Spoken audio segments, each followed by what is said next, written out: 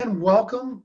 I'm Kyle Feingold. I'm founder and director, or a founder or co-founder, I should say, at Guiding Bright Minds. And Guiding Bright Minds is the host of a bi-weekly webinar series.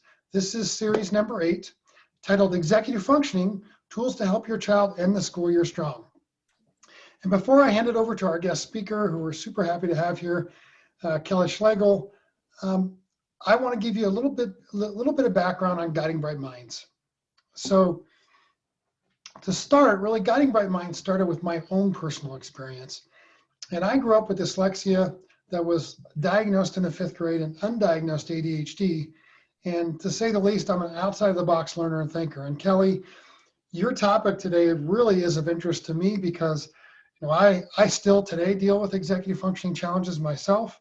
I've been working with kids with executive functioning challenges for the last 18 years. And we, as somebody with a unique executive functioning, it's always great to learn and hear new skills. So I'm really looking forward to that.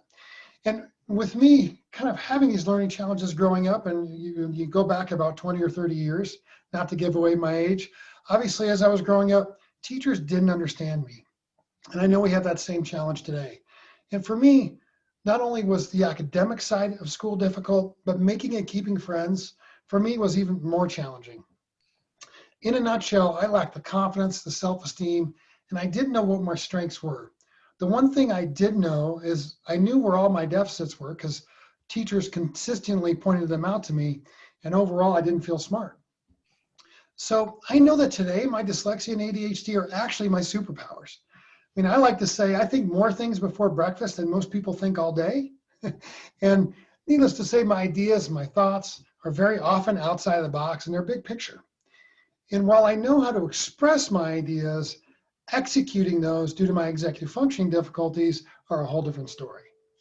So 17 years ago, I was inspired to start Results Learning. We're an academic coaching and professional development organization focused on ADHD, executive functioning skills, and dyslexia, and we're still helping students here in Denver today.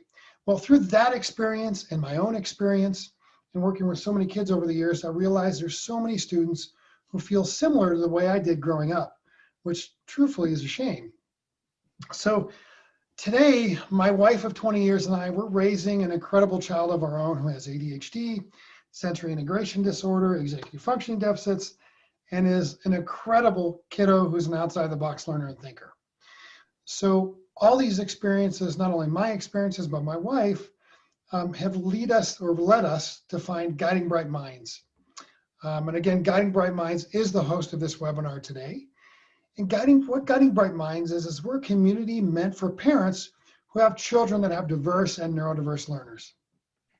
So Guiding Bright Minds, we believe that all children who learn differently have incredible strengths and talents that we like to call superpowers.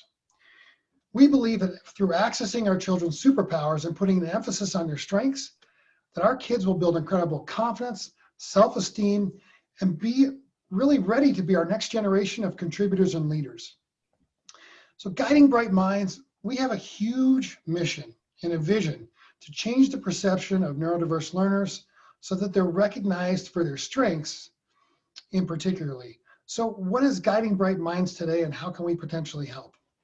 So Guiding Bright Minds is a single place where parents can go to find information on learning differences, explore your child's superpowers, and also connect with screened and trusted professionals and schools who serve our amazing kids and our families. So our organization, Guiding Bright Minds, and the professionals in our community, we're here to guide you on your path to addressing your child's needs and accessing their strengths.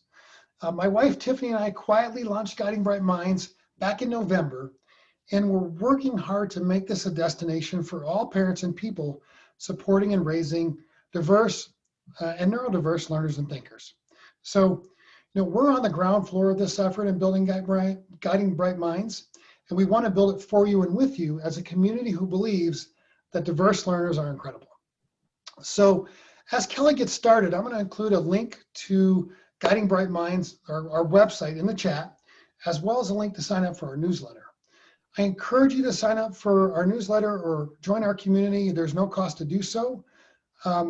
Everything on our website and within our organization is completely free. And every 2 weeks, we host a new webinar.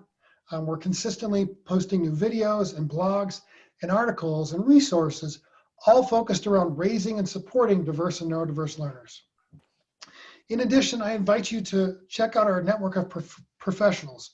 We screen and vet all of our professionals on our network, just like Denver Test Prep, where Kelly's from.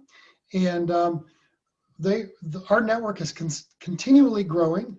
You'll see academic coaches and tutors and psychologists and occupational therapists currently in our network. And hopefully we can really help guide you in raising your incredible children. So many people ask, will you send us a recording of the webinar and slides and all the handouts for today? And we absolutely will. So as a follow-up to today, you will either tonight or tomorrow morning, you'll get an email from us with a recording, a link to a recording, as well as the slides and any handouts or worksheets or basically takeaways from Kelly's talk today. So before I hand it over to Kelly, I want to tell you our next webinar is April 21st. That one's in the evening at 7 p.m. Mountain Standard Time. It's titled Autism, Finding Flexibility, Structure, and Support. It's actually a two-part series. Part one is taking care of our children, and that is in 2 weeks. Part two, taking care of ourselves, and that's in June. Our presenters for that are two experts, the co-founder for the Temple Grandin School in Boulder, as well as a panel of parents. So again, taking care of our children, part one of the series, April 21st, 7 p.m. And again, you'll get some information on that as well. So I want to go ahead and officially introduce Kelly, but before I do so, again, I want to remind you that we're going to have about 30 to 40 minutes of presentation today, and then the rest of our time will be Q&A. So we want to give you a chance to really interact with Kelly and make sure we get all of your pressing questions answered so you can best guide your child throughout the end of the year to really have success and build strong executive functioning skills. So with that, I'm so happy to introduce Kelly. Kelly's the Director of Academic Coaching for Denver Test Prep. Kelly joined Denver Test Prep after a 13-year teaching career, and she really specializes in working with kids around executive functioning. So again, her topic today is tools to help your child end the year strong through the lens of executive functioning. And with that, I'm going to hand it over to Kelly. So Kelly, thank you so very much for being here today. Kyle, thank you so much. Really excited about what you and your wife are doing at Guiding Bright Minds, and couldn't agree more that kids with that are diverse learners have superpowers, and saw that all throughout my teaching career. So just really excited to be here today and to support families in helping their kids build their executive function skills. So I'm going to share my screen, and so welcome. As Kyle mentioned, I'm Kelly Schlegel. I'm the Director of Academic Coaching at Denver Test Prep. And oh boy, here we go. Let me see, I'm having a hard time getting my screen to change. Well, I will keep talking here while I do that. So as Kyle mentioned, I taught for 13 years, and I taught in the middle school. And I always say that every middle schooler has executive functioning challenges. It's a time where in schools, students are expected to start doing higher level tasks, but many kids aren't quite ready for that because their executive function skills are not where they need to be quite yet. I'm gonna have Kelly, if you go into, have you launched the slideshow? Oh yes, I can do that. I won't be able to write on top of it, but okay, there we go. Okay, awesome. Thank you. So So yeah, I worked with kids who, you know, I always say pretty much every middle schooler has an executive functioning challenges. And without really knowing it and without the vocabulary for executive functioning skills, I was teaching that in my classroom. So before I was a teacher, I had an engineering career and realized that when I became a teacher that while understanding content is important, it's also really important to be able to manage time and prioritize. And so I would teach these skills while I was teaching the content to all my middle schoolers, and just really supporting every student, and in particular, my diverse learners in my classroom. And that just really led me into coaching, which is what I do now. So a little bit about my background, my passion for helping students navigate and find ways to develop their executive skills. So before we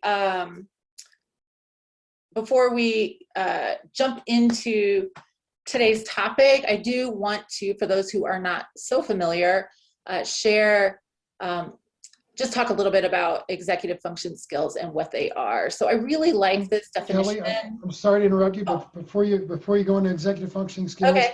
I just want to let everybody know, if you haven't seen it, I launched a poll so we can learn a little bit about you, and this will help Kelly kind of tailor her presentation to really help you best. Great, and they can answer that as I'm chatting here. Okay, great. So I'll just continue. Thank you.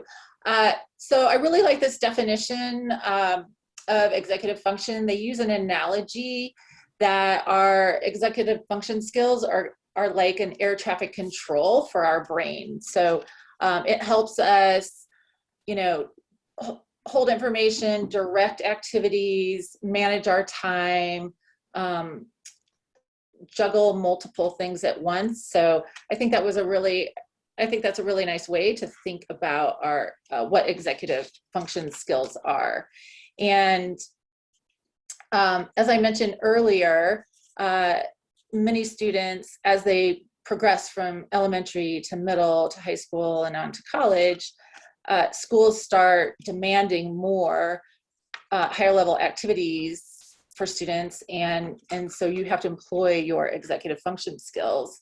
And for students with learning differences, oftentimes the executive skills are delayed in the development, and so that just offers some challenges. Let's see. Oh, okay. So why are executive skills important? If you're not familiar with John Medina, he wrote a book called Brain Rules that I absolutely love. And he shares that he feels that executive function really trumps IQ. And when I think about my experiences when I was working as an engineer, you know, we all go to college, we have similar content knowledge, but really what differentiated and made the difference within my colleagues were certain colleagues had better skills at managing their time or prioritizing, and I had others that I was challenged with. And so really taking that idea into my classroom, that it's really important to help kids develop these skills. And we all have strengths and weaknesses in our executive function. It's not like we fully develop every executive function skill to its fullest. So they're very important, and today I'm going to focus on 3 in particular, and I'm going to focus on how to use the end of the school year, so how to support your student and develop their planning skills, their prioritizing skills, and their task initiation skills. So really identifying those 3 skills to talk about today, and giving you some tools to help support your student and help them develop those skills. So how can you help your student develop their executive function skills? I really like these 3 ideas of, you can either loan them your frontal lobe. So as parents, you've been doing that since your student was a child. You know, teaching them how to control their emotion, or I'm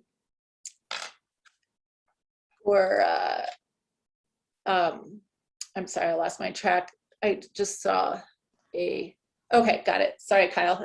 Sorry about that, Kelly. Yes, I'm just looking at the results of the poll here, just to see who I have in our group here today. So thank you everyone for responding to that poll. It helps me customize what I'm talking about here today. So as you know, you can obviously loan your school or your student your frontal lobe to help them manage their time, to help them get started, that type of thing. You can also modify your environment or your task, provide a scaffold. And I did this a lot when I was teaching. You know, if I assigned a project, I would work with my students on how do you break down the task, how do you put it on a calendar, how do you plan. And so I have today I'll be sharing some scaffolds with you that you can use and modify to help support your student through the end of the year. And then what I really want to talk about today is how as you as parents can explicitly teach the executive skill and practice it. So it's like walking, you know, every student doesn't learn how to walk, or every child doesn't learn how to walk at the same time. We don't develop our executive skills at the same time, but we can teach and practice and develop these skills. And so these are 3 ways that you can help your student develop. So I'm going to just jump in, and we're going to start talking about the executive skill of planning. So this is how you kind of take and think about all your tasks in front of you and making a plan. And the end of the school year is a really great time to practice planning with your students. So I'm going to share some templates I've used with students to help them plan for that end of the school year.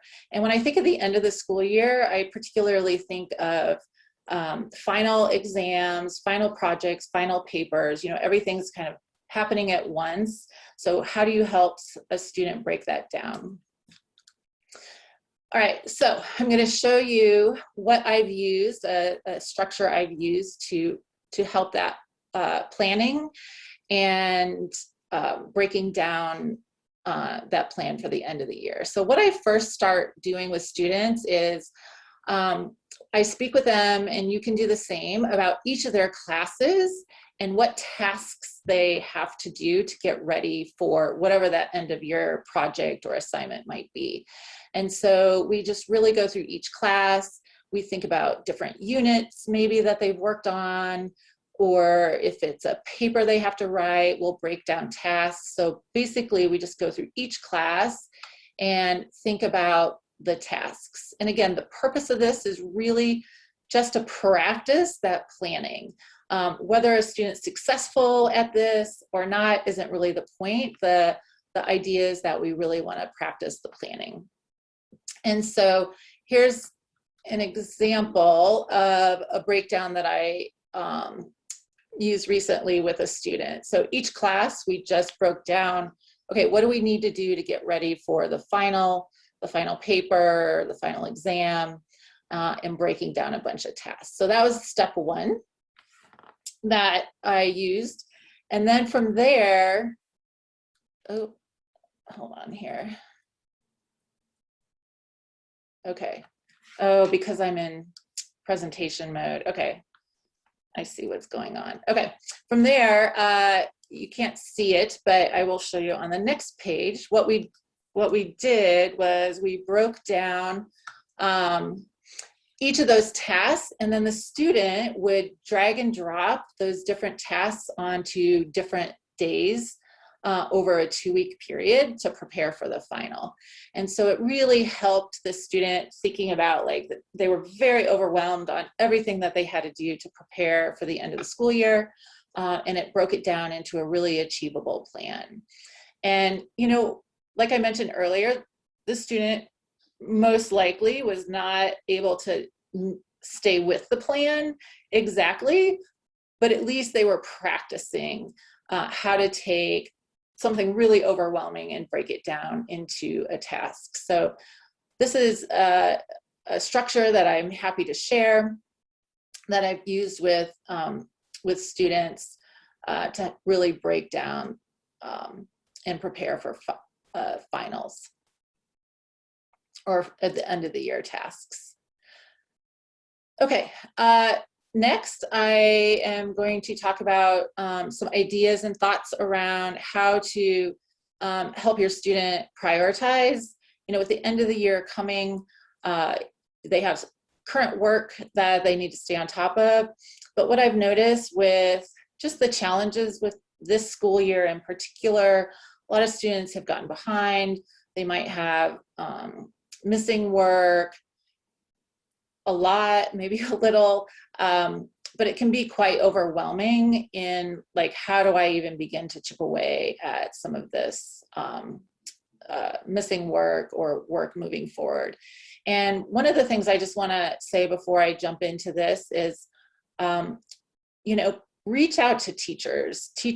You know, I always found if a student reached out to me, I just would be more than willing to help a student out. And if you happen to have a student who's really, really behind and has a lot of missing work and you're trying to help them get caught up for the end of the year, reach out to teachers. They can be flexible on what's priority, what a lot of teachers might be willing to waive some activities and exempt students.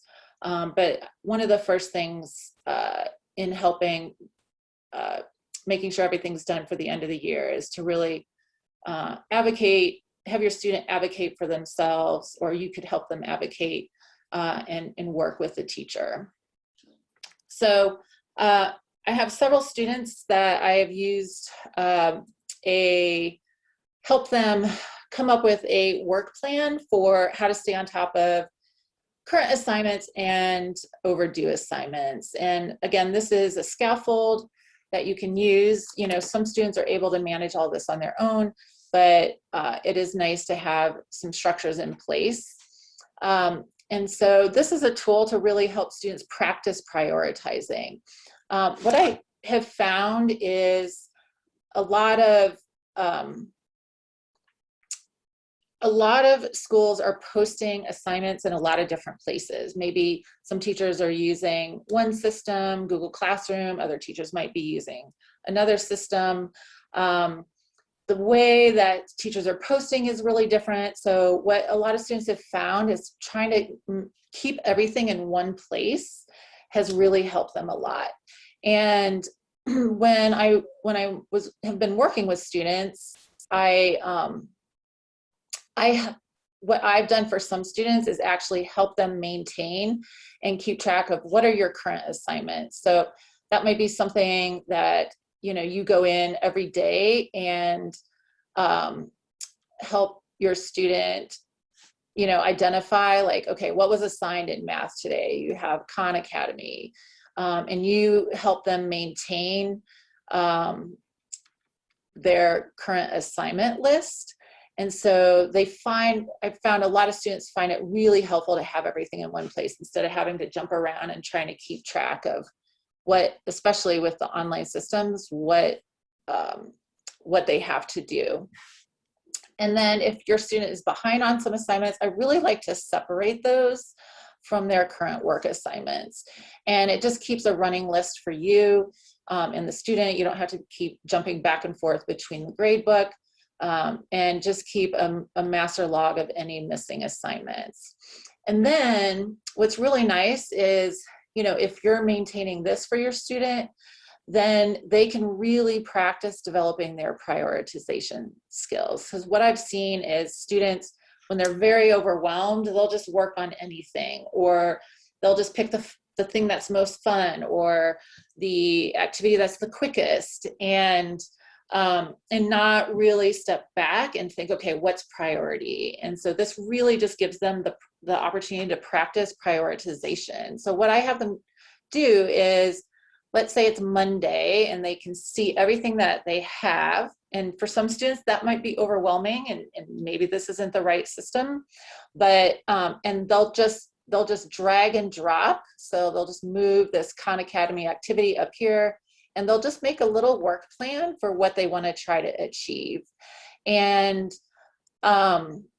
so they'll build their little plan for the day. And again, they might not achieve it, and that's fine, because the purpose of this is really to help them practice and build their prioritization skills. How can I look at what I need to do and prioritize what's most important? Often I'll have students estimate the time it might take them to do an activity. That might be 30 minutes, and that helps them also come up with their prioritization. And then if they accomplish something, we cross it off. If not, they can just move it to the next day. And so again, you know, the goal is not to penalize the student for not meeting what their goal was. The whole purpose of putting a structure like this in place is that they can actually start building and developing that prioritization muscle. And then they can work in overdue assignments as they have time. Some students, they'll just set a small goal, like pick one overdue assignment to add in to your daily work plan. So we're just chipping away and thinking about what how we're gonna move through overdue assignments. And I'm gonna talk a little bit about overdue assignments and prioritizing those as well. So if you're not super familiar with the grade book and how teachers break down grades, one thing to really look at when I'm helping students that have gotten really behind on overdue assignments is a lot of assignments are weighted differently. So there'll be categories of grades that teachers use. Like final assessments might be worth 50% of the grade, and small homework assignments are worth 10%, and classrooms worth 20%. So I really kind of look through there and think about, okay, what's that one or two missing assignments that could really, you know, help the student get their grade back where it needs to be and gain some momentum. And don't worry about some of those smaller assignments. So, you know, when putting together your overdue task list, you know, maybe not putting everything on this list, but really trying to prioritize those assignments that are weighted the most.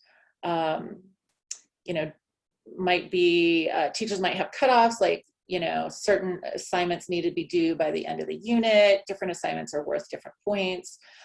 So just really kind of think about that when you're putting together an overdue assignment list.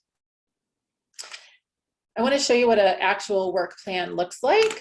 So this was a student from last year when students first went online, but we just kept track of, and again, this is something that I help the student maintain. And so we would keep track of all the assignments. You can see we estimated the time, and that helps kind of make an assignment or work not feel so overwhelming, like, oh, that's only 5 minutes, I can do that. And it helps them manage their time as they're building their plan. And so we would list out all the assignments, and then every day the student would pick and choose what they wanted to work on. And at the time, we had a morning work time and an afternoon work time set up. You can customize this any way at all you'd like, but it really helped the student prioritize. And we put due dates on here so they could really think about, okay, you know, I need to pick those assignments that are due sooner and work on those. A lot were not due till Friday, so, you know, we would slowly kind of take care of those throughout the week and make plans for those. So that's what that looked like. This is kind of crazy looking, but we would highlight, once we put it up top, we would highlight it so we knew we took care of that already for the week. And then anything that was not highlighted quite yet, we would wait. You could also just drag and drop it so that it would disappear from this lower list. So again, just a scaffold to use to help manage. And by presenting everything that needs to be done, then the student can practice prioritizing. All right. So last, and I think this is probably the most challenging executive skill to develop, is how to get started on tasks. And most students know what they need to do and just can't find the motivation to get started. And a lot of students really feel bad about themselves around getting started. And when I talk to students about executive skills, and I'm going to bring it back to learning how to walk. Every student doesn't learn, or every child doesn't learn how to walk at the same time. And it's just the same with executive skills. It's not their fault. I think a lot of students, they go, it's my fault, I don't know how to get started, and they really feel bad about themselves. But it's just, it just hasn't developed yet. They haven't learned how. You need to practice it, and letting go of it, and just kind of having that conversation around that it's not your fault really lets students be more kind to themselves. So again, this is the hardest of all, I believe, to overcome and to develop, but just some ideas to help with this. And I'm just going to talk about each of these strategies.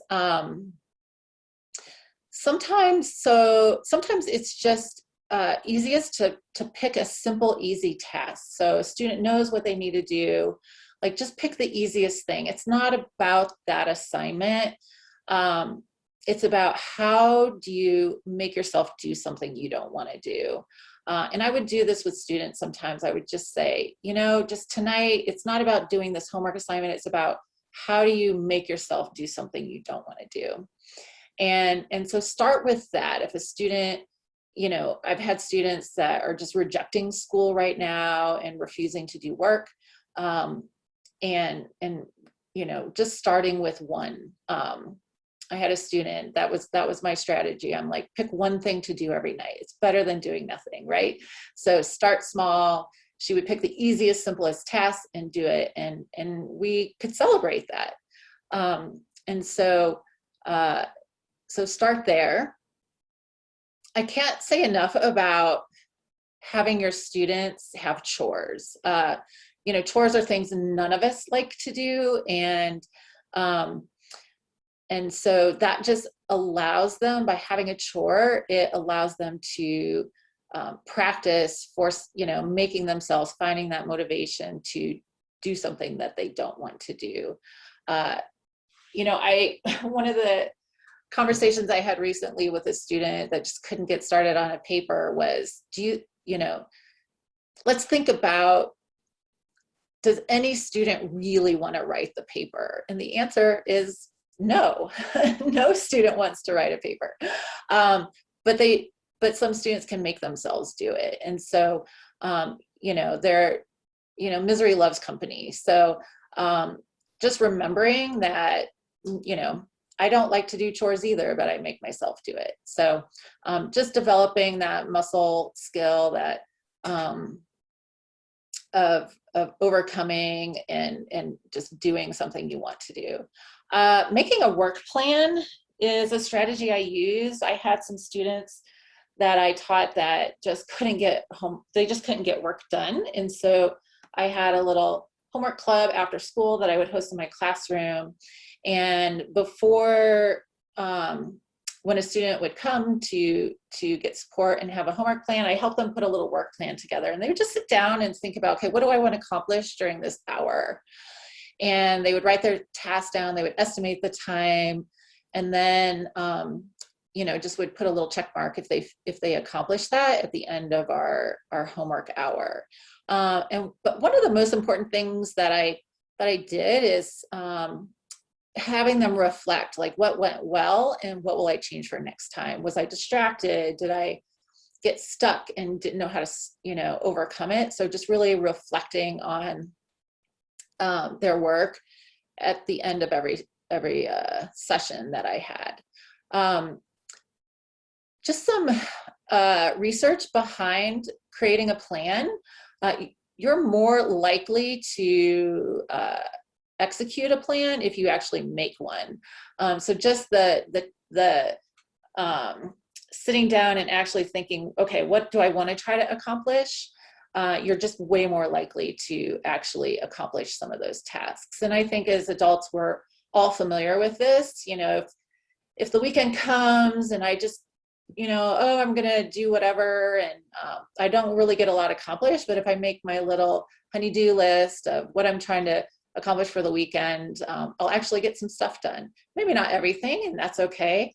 But, and so actually sitting down and making a plan does improve your chances of completing and getting started.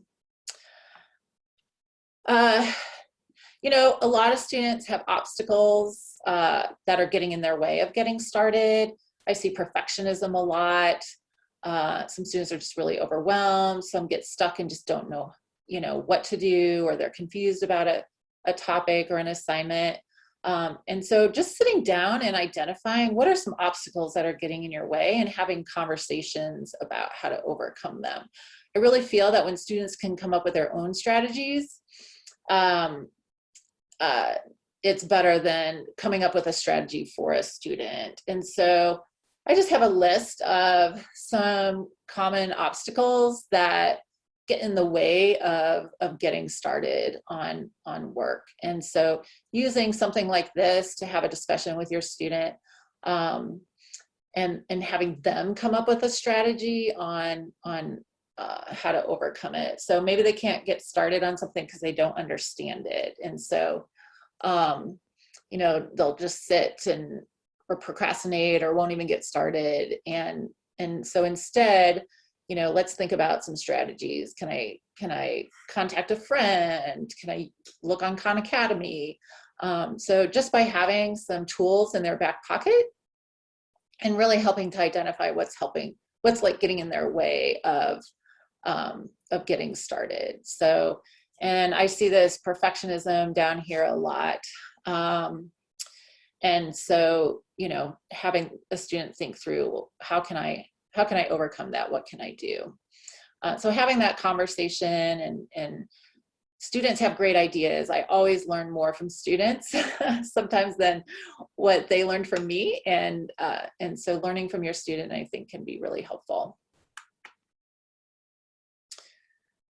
Okay.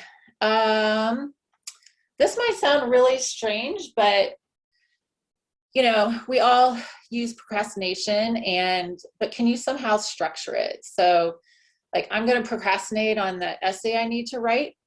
And that's okay, but what can I do during the time that I'm procrastinating? So maybe I can do a small little assignment, or maybe I can just write a thesis statement. So, you know, making a choice to procrastinate, but then how, you know, in the time, and while you're pushing off that, you have this time now, and what are some small things I can do?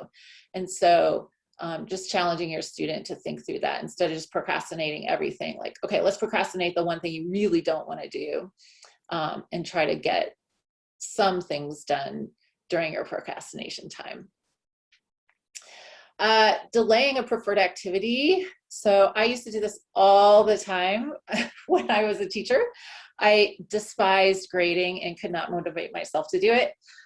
So I would sit down and come up with, I would break down my grading, and I would say, okay, I'm going to grade for 30 minutes, and then I'm going to give myself I'm going to go do something I really want to do. And I love to clean. So I would say, okay, I'm going to clean my sink after I get these 10 papers graded. And then I would come back and do another assignment or another chunk, and then give myself another like mini reward, so a preferred activity. So the other thing I would do, I have a student now who he loves to go grab lunch. And so he uses that really to kind of procrastinate on his work. And so instead I have him going to lunch and bringing his work. So he gets to do that preferred activity while he's doing his work. And so, you know, I would do this sometimes. I would treat myself. I'd go grade at a coffee shop where I could have a nice coffee and feel like I was treating myself while at the same time getting some work done. So it just felt less painful because I was doing something I wanted to do while I was doing my work. And I want to talk a little bit about that, delaying the preferred activity. If you haven't heard of the Pomodoro method, I really like this method when working with students. So, and it builds in like a little reward. And so it's called Pomodoro, if you haven't heard of it, because of the timer that looks like a tomato. I find this timer to be quite distracting. So I usually have students find a digital timer. But the way the method works is you pick a task that you want to work on. You set a 25-minute timer and then you work. And then after that 25 minutes, you take a 5-minute break. And so then you might do during that 5-minute break your preferred activity. But then after the 5 minutes, you just sit down and repeat picking another task. And so that's what I was really doing when I was chunking out my grading. I would say, okay, I'm going to grade these 10 papers. I would do it. Every time I wanted to get up or not do it, I just keep pushing on, like, I got to do it, I got to do it. So I can have my break, I can have my little reward to do what I wanted to do. So it's a method. It's not something you would want to use all the time, but I really find this helpful if a student's feeling overwhelmed or they have a really big assignment, and we'll just break down part of the assignment to start making some progress. And then breaking down large tasks. You know, those I think tend to be, those are really hard to get started on. And so just having, you know, just write your thesis statement or just brainstorm or just do something small. I really like when I'm using like this system with a student that if the assignment's big, like here's a math lesson, they had to watch a video, they had to do some notes, they had to practice, they had to exit ticket. So instead of just saying finish lesson 8, that felt overwhelming. We broke it down into its parts, and then the student could pick and choose, you know, maybe to do a couple in the morning and a couple in the afternoon. It just felt really overwhelming to sit down and think about doing a big task all at once. So really breaking that down. So I don't know, how am I doing on time? Oh, perfect. Yes. Perfect. Great. Nice. Kelly, thank you so much for all the great strategies. And I think I personally really loved how you broke down the assignments each day and then kind of tracked those by highlighting what actually got moved up from the list to a day. And I thought that was really helpful. So we have a couple of questions, and for everybody, as we get into the questions, feel free to bring any questions that you have into the Q&A, and we will, Kelly will give them a shot at, or Kelly will answer them. So with that being said, Kelly, here's the first one. How do you help a student with a subject that he or she finds challenging or they're not interested in? That's a good one. So, you know, if you can make it relevant at all, is one really great way. So, you know, if they're learning about maybe in biology, cellular respiration, or something that just doesn't, like, why do I need to know this? Why is this, you know, I'm not interested in this at all, and just really trying to find that relevance. Like, why would it be helpful to know this? Or can you think of an analogy to this process? So that's one way to help, is just finding that relevance. I think there was another part of that question. Yeah, so the whole question was, how do you help a student with the subject that he or she finds challenging or is not interested in? Right, yeah, yep, great. The other thing, I know resources like Khan Academy have really great little videos. that are helpful, that explain things. And I really like Kana because they use a lot of visuals and draw pictures, and that can be helpful too. Absolutely. And, and if you don't mind me chiming in, I'll Sure. just throw one thing out is, kind of as Kelly said, with the system we're in, we all have to do things we're not interested in.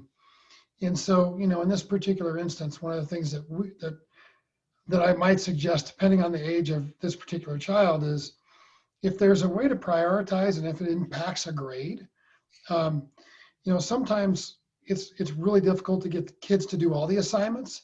But if you can find the one assignment that's the most important to the teacher or that has the most impact in the grade, and get them to engage in that particular assignment that day or that week, that really accomplishes two things. One is you're really helping bring up that grade or doing the most important assignment, and then you're getting the child to engage and to initiate, and you're kind of making a deal with them to say, look, everything's important, but this is the most important.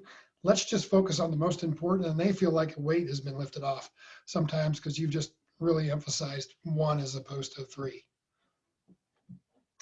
All right, another question, Kelly, is self-discipline to avoid shopping or playing a game on the computer when all of her assignments are online. How can a parent overcome a student being elsewhere on the internet? Yeah, that's a great one. So I would really recommend, well, and again, I don't know the setup at the house, but I really like to try to separate students working, like a computer where they get to do their fun stuff and a computer where they, like if there's a laptop for school, where they do their schoolwork. And I found this a lot with, and it sounds like this might be a little different, but students who like to do gaming. So a lot of those students have a gaming computer, and so we'll say gaming computer is not where you do your schoolwork. You're going to do your schoolwork on your school laptop, and really try to separate those. I work with students who will have like 50 tabs open, and yes, of course, some of those are the shopping tabs, and Yep. And that's definitely a big challenge, and hard to manage. So,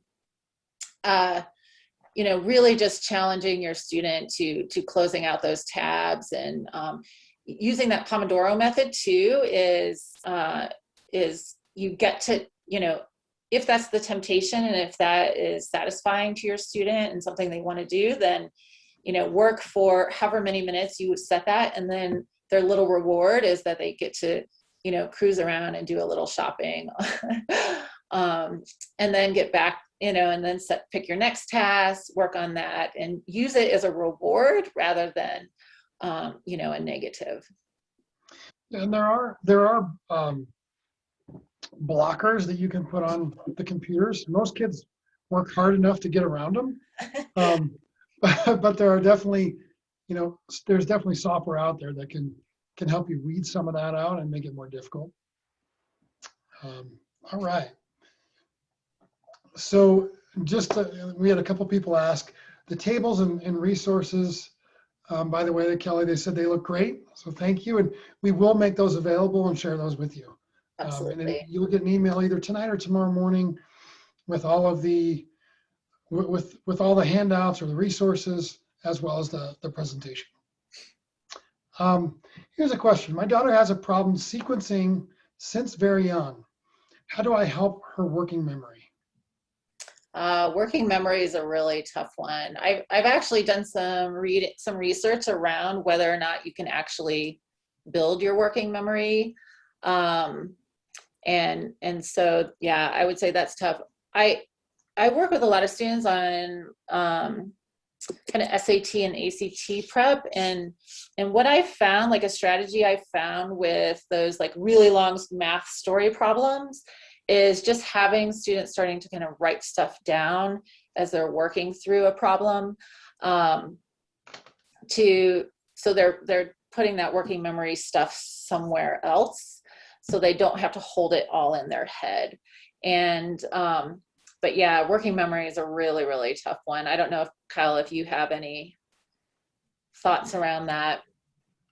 Yeah, I think sometimes from a sequencing standpoint, Not quite sure how old your daughter is right now, but depending on the age, you can do things like if there's lots of things in their mind and they just can't get them in the right sequence, have them get them out on a piece of paper, either by drawing quick stick pictures, stick figure pictures, or just jotting a list of everything on the mind, and then working through with your child, kind of side by side on the order itself. I think part of it is actually, I know for me, somebody who struggles with this as well, is just kind of taking all those thoughts that might not be in order and getting them in a place where I can relook at them and then, put some sequence and order to them. So a lot of times just getting them out visually. All right. Thanks for that question. Here's another one. Have you any good solutions for procrastination, which is always about, I'd rather watch YouTube or play video games? Yes.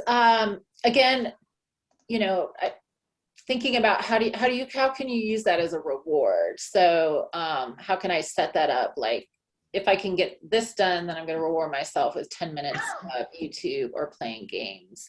The other thing is when a student has work to do, to establish, like, what time am I going to get started on my work? So make a plan. Like, when am I going to get started? What am I going to do? And then really during that time, removing those distractions. So really allocating that space of when I'm going to do my work, instead of just letting it be this vague, like, oh, I have this work to do. So when am I going to do it, and what am I going to do? And that goes back to making that list of you're more likely to accomplish something when you have that plan, than when you just have it in your head, like, oh, I have this stuff I need to do. When am I going to do, and what am I going to do? I agree with that. I think that's a great, yeah, I agree with that, Kelly. I think that's a great answer. So not the only answer by far, but definitely a good answer. So here's another one. What software for planning or scheduling and for scaffolding do you recommend? Yeah, what I've just created Google Docs. I really like those because I have students who I help them maintain what their work is, and then they work on the prioritization piece. And so I like that because we can share it, we can all see it, it's updated at the same time. Students can access it from anywhere. So I find that to be the most useful in organizing all of that. I don't think I necessarily recommend any particular software. I just really like the flexibility with a Google Doc that you can customize it and make it, work for you. Every student that I've used a template with, it looks different. So Kelly, I'm gonna throw one out. There's a newer software that I became aware of this year called Studio. It's actually spelled Studio, Studyo, and I can put that in the chat. But basically what it is, it's made for Google. So anybody that is using, now I'm forgetting the name of the tool, but anybody who has their assignments documented by their teachers in Google Classroom. Studio is a free add-on to Google Chrome. And the basic add-on allows you to basically integrate with what the teacher is assigning into a visual calendar where it automatically goes into a calendar where your kids can then break up the assignment and move it into different days. They can color code things, but if it's integrated properly, it actually integrates directly with Google Classroom. So if there is an assignment that has a due date to it, it automatically Studio pulls it out and puts it in order for your child, so then they can schedule it appropriately on a visual schedule. It's kind of a cool thing. One more part of that question was so much more online computer work, how to stay focused on work, not to look on other things in the computer, researching chess moves. Ooh.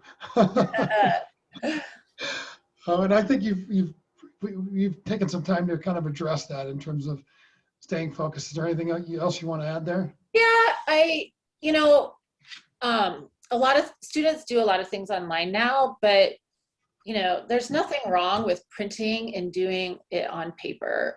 And so there are some students where, you know, I'll just recommend like, why don't you just print this out and do it by hand? And then they can move away from the computer. Not everything can be done like that, but you know, if you really look and have them think about it, a lot of things can be printed and done by hand.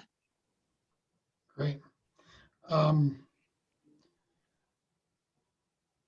So let's see, how can you help a student get past resistance to using scaffolding strategies that have been provided? Yeah, that's where, you know, for some students, they're able to take it and use it. And other students, I really have to maintain it for them. So, you know, that's a lot of resistance there. And, you know, I would really maybe try to really have that conversation about where that resistance is coming from, going back and looking at those obstacles that we talked about, like what's really getting in the way of using one of those strategies, to dig into what's that root cause really going on there. Yeah, and you also mentioned too using rewards for other things. So sometimes using a reward for practicing a scaffolding strategy can be helpful. And the thing to know too, parents, is, you know, and Kelly kind of emphasized, this takes practice. And I agree, it takes a lot of practice. And sometimes students are going to sit down and they're going to feel a little bit more motivated than other times, and they're going to sit down and they're going to use a tool. And then other times they might have the tool in front of them and they're not going to use it. And really what we find is the more they can use that scaffolding, the more consistently they use it. Some days it's going to be successful and some days it's not. But it really takes lots of good repetition for the student to learn to use it consistently in a way that's helpful. So encourage your child too, when they use something that Kelly presented or that a teacher suggested. If they don't have success with it the first time, or they have success with it for a week and then it stops working, don't throw the baby out with the bathwater right away. Bring it back and continue to try and use it, maybe tweak it just a little bit, but it takes up to 254 repetitions for lots of our kids to actually find something that works and build automaticity around it. So keep up the, you know, I really, I guess, encourage them to keep using those tools, because eventually they're going to find exactly what works for them and build automaticity around it. Yeah, if I could also build on that, Yeah.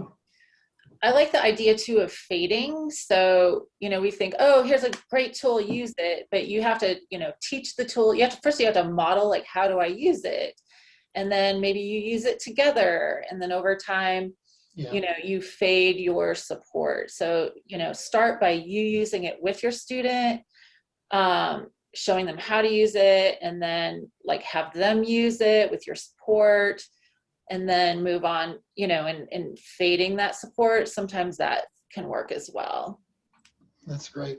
One last question before we let everybody go. And if you need to drop off, feel free to do so. And thank you so much today for your time. So last question is, what are some good organization strategies to turn assignments in on time? That's a great question. And there can be a lot behind that. You know, are they completing the assignment and not getting it turned in? Are they not getting it done on time, so they're turning it in late? So there can be kind of a lot going on there. But I'm just going to assume that they're not getting it done and turning it in late. And so, you know, I would just ask some questions of, are they keeping track of their deadlines? Do they know when those deadlines are? You know, some students, that procrastination piece, you know, it's like, it's after it shows up as missing in the grade book, triggers that, that desire to get it done because of how they affect their grade. And I know that's really, really frustrating. As long as they're getting it done, I think that's really great. But yeah, I feel like this year's been really challenging with teachers being quite flexible on past due assignments. And so I think for some students that deadline has lost some of its, I don't know, appeal in being that motivation to get it done. But just having, going back to a structure where the student can see those deadlines and practicing prioritizing, getting their work done on time can be really helpful. Awesome. Kelly, I just want to say thank you so much on behalf of Guiding Bright Minds for being here today. And we're so excited to have Denver Test Prep and as part of our trusted network and really your expertise here today. So thank you very, very much. And thank you to everybody who participated today. We hope you were able to grab a nugget out of all the great material that Kelly presented. And feel free to reach out to Guiding Bright Minds on our website at guidingbrightminds.com. Kelly's information is here, and we'll also send it to you in the materials that you get. Feel free to reach out to Kelly if you have any questions, or she can help. And continue to please use us all at Guiding Bright Minds as a resource to support you on your journey with your out-of-the-box student. And if there's anything we can do to help, we're here for you. So thank you all so much for coming today, and we hope you have a wonderful afternoon.